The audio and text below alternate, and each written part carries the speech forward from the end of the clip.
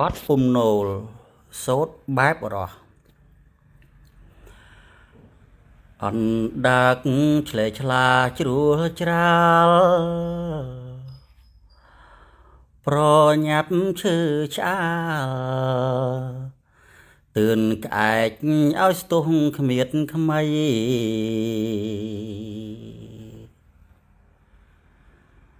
ក្អែកហើគយគុណក្នុងព្រៃទាំងចិត្តភិតភ័យរំពៃរំពឹងរកមិត្ត